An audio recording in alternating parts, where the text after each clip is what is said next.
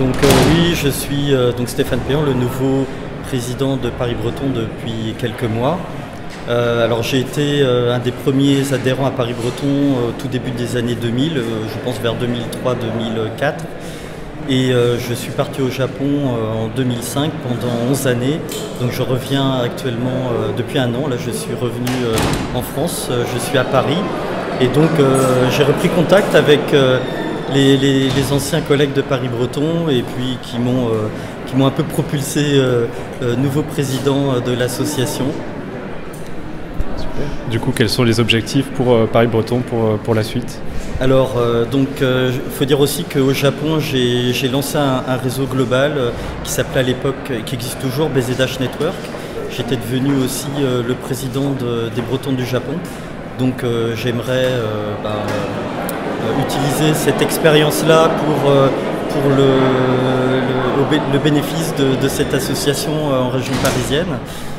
Notamment tout ce qui est le savoir-faire, l'utilisation des réseaux sociaux, comment redynamiser cette diaspora bretonne à Paris.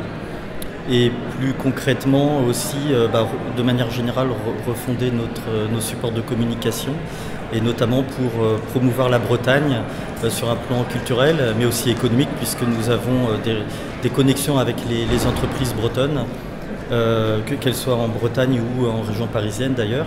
Et puis j'aimerais relancer les débats qui étaient existants au tout début de l'association Paris Breton, des débats citoyens sur des thématiques contemporaines qui peuvent toucher beaucoup de domaines, que ce soit les problématiques d'environnement en Bretagne ou alors la décentralisation, notamment comment redonner aussi plus de pouvoir aux régions, puisque c'est une thématique qui est existante en Europe, qui n'est pas trop portée pour l'instant en France.